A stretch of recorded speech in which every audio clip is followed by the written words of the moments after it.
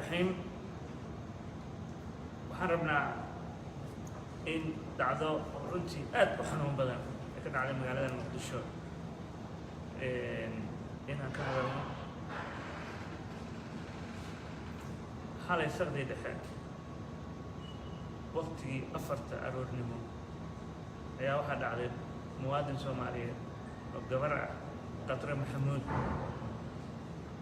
inay tagtay goob caafimaad ee degmada Xamar Jajab una tagtay fool haysay darteed inay ku dhasho goobtaas caafimaad goobta caafimaad oo saacadaas saqda dhexe 4 aroornimo ay tagtayna waxaana si darro noqotay in loo diiday inay halkaas ku dhasho isla markaana gabadhii Soomaaliyeed Qadre Maxamuud ee goobta caafimaad dibadda uga soo baxday bannaankii ay noqotay inay ku dhasho waxaan kaloo aad iyadana ugu faraxsannahay in Qadre Maxamuud iyo cunugiba ay caafimaad qabaan hadda ay la hadlayno gudoomiye ku-xigeenka maamulka arrimaha bulshada ee gobolka gudoomiye Basmana ee booqatay si ay ugu kordhiso xaaladda gabadhaas ay ku sugan tahay Qadre Maxamuud iyo cunugii ay dhashayna labadaba aad bay u fiican yihiin shacabka ugu bishaareynayna arrintaas iyada haddana isbitaal ay ku jirteen ay ka soo bixi doonto hase yeeshee waxaan rabnaa halkan inaan la aqbali karin goob caafimaad oo xaalad degdeg ah gabar Soomaaliyeed ugu timid inay dhasho in loo ogolaan waayo inay xaqaas oo hesho arrintan waa arrin fal dambiyeed meelna looga dhacay xaqa muwaadinkaas Qadre Maxamuud iyo dhammaan xuquuqda gabdhaha Soomaaliyeed ee foolanaya ma aha isbitaalkaas ama goobtaas caafimaad ay tagtay inuu u diido inay gabadhaas dhasho haddii ay wax kala dhici lahayn maanta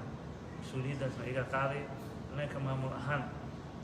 waxaan cambaaraynaynaa falkaas isaga goobtaas caafimaadka ee ku kacday maamulka goobtaasna waxaan u gudbin doonaa hay-adaha dambi baarista si sharciga loo horgeeyo sida ugu dhaqsiyaha badan isla markaana ay u mutaystaan dembigaas iyo dembi ku dhig laakiin annaga haddii aan nahay maamulka waxaan naga go-an shacabka Soomaaliyeed u sheegaynaa inaan laga aqbali doonin goob caafimaad qof haweena oo weliba dhalinyarada ugub ah markii ugu horreysay tahay goob caafimaad inta timaado loo diido taas wax la aqbali kara maaha wax la yeeli kara maaha waa dembiga ugu culus waxaan rajaynaynaa hay-adaha aan u gudbin doonan garsoorka iyo hay-adaha dambi baaristaba inay sida ugu dhaqsiyaha badan maamulkaas iyo isbitaalkaas loo baaro tallaabada sharciga waafaqsan la waafajiyo shacabkan waxaan u sheegaynaa iyo goobaha kale ee caafimaadka ee laga yaabo inay falalkan oo kale ku kacaan inaan la isaga hari doonin waxaan samayn doonaa annaga maamulka gobolka Banaadir annagoo kaashanayna wasaaradda caafimaadka inaan goob kastoo caafimaad iyo dadka maamulaba shuruucda ay ku shaqeeyaan iyo nidaamka sidii loo waafajin lahaa oo falka noocan oo kale looga hortegi lahaa ayaan ka wada shaqeyn doonaa waa mahadsantihiin wadayna subscribe saartid riix like sidoo kale riix gambaleelka digniinta si markaan muuqaal soo gelin aad u noqotid qofka ugu horeeya ee daawada sidoo kale waxaan ku xasuusinaynaa daawada inaad sii sheergaraysid oo saaxiibadaada baraha bulshada aad kula sii wadaagtid sida Facebook, Twitter, WhatsApp, Google+ iyo dhammaan adeegyada kale ee baraha bulshada